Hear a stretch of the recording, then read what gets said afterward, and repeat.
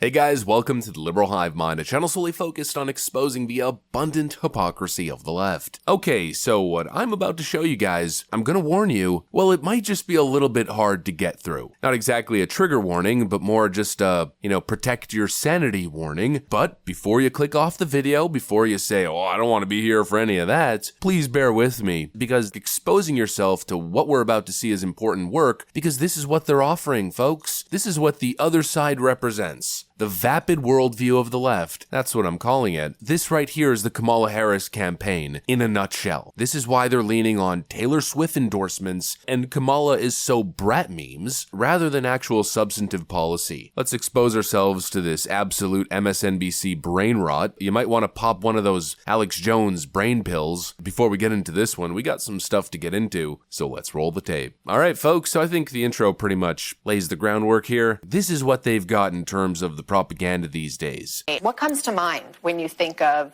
Donald Trump? I would say unqualified. Unprepared. I'd say ignorant. Highly influential, but disingenuous. Selfish and arrogant. What word or words come to mind when you think of Kamala Harris? She has a lot of power in her voice. I would say hope. I would say strong. I would say eloquent. She's been very persuasive, and I think persuaded me to vote for her. Numbing. What does that mean? Her administration, what she would serve towards American politics would be like another 4 years of kind of stagnant or very small progress, if any. I'm curious to hear from those who said you're voting for Kamala Harris. Is it a vote for Harris or more against Trump? Olivia? It's a little bit of both for me. I don't want to see another Trump presidency. January 6th, just seeing that play out, I was in the history class when it happened. We watched it on C-SPAN on TV. That really made me think I don't ever want our country to go down this road. Haiti, is it a vote for or a vote against someone? In all honesty, I would say that it's more so against Trump. Everything that he stands for is really the complete opposite of what I stand for. My vote, I think it's for Kamala Harris. Harris had said that she would sign some bills that are really important to me. Reinstate Roe v. Wade. I want to see that bill. What issues are most important to each of you in this election? The jeopardization of education, specifically with critical race theory. I'm worried that if education is taken out of schools, history will just repeat itself. When it comes to immigration, Donald Trump has obviously shown alarming behaviors when it comes to immigrants and non-documented people. And at the end of the day, I'm a product of all of that. As somebody who's interested in international relations, the biggest issue for me is the current genocide going on in Palestine. The main thing on my mind is abortion right. This right is just so vital to, being able to defend our autonomy. I'm a product of in vitro fertilization. If it weren't for IVF, then I wouldn't be here right now. So that's an issue that's very important to me as well. Do you feel like your peer group is more engaged in this election? With social media like TikTok, it's definitely helped a lot with the campaign. In what way? I hate to bring this up. So Charlie XCX has this album, Brat. And so whenever the day that Biden had dropped out, she tweeted, Kamala is Brat. I think at that point, all these memes started coming out. That really influenced young voters, and social media has kind of helped push that. I think that is going to be a very big benefit to her in terms of young voters, because a lot of us have a very, very positive perception of Kamala Harris based off of a lot of videos that we've seen and this kind of the way that she's been sensationalized through social media.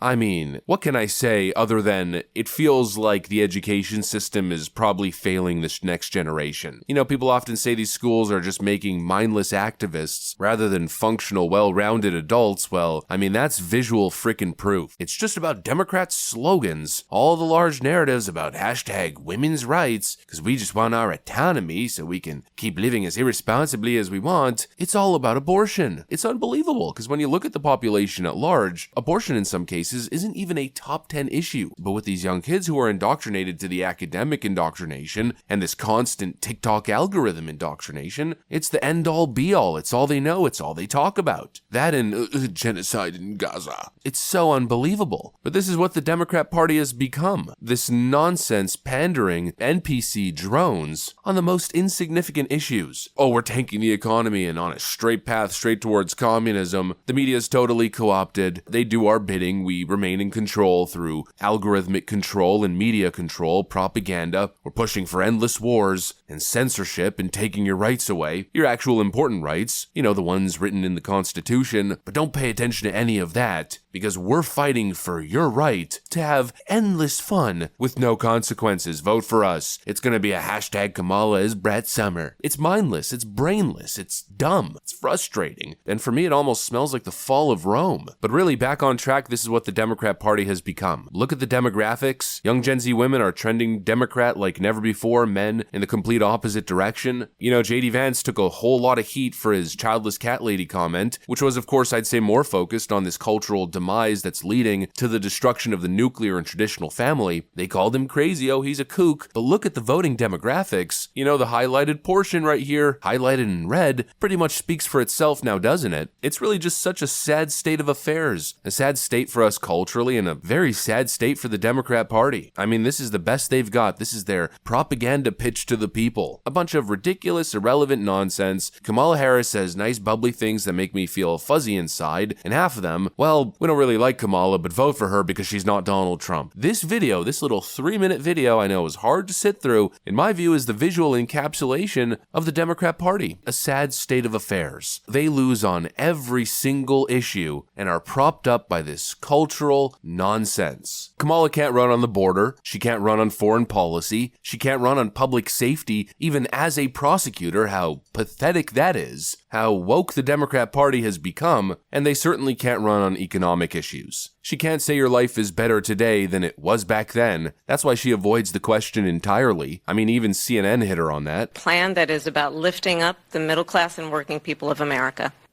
It went on from there. Despite the economy being the #1 issue facing the country, the sitting vice president generally reverted to talking points about a few of her policy proposals. Even Harris allies today are saying that she needs to talk more about what she will do for Americans if elected. The Democrats can't win on that issue, and so what do? They dodge the question entirely, or they just straight up lie. They have a partisan hack at some financial institution or some university, write something positive about them, and then they spin it into a totally fake story. Like Kamala Harris claiming that Goldman Sachs released a report claiming that Trump would tank the economy, and she would be just amazing and perfect for growth and just the greatest economic president of all time.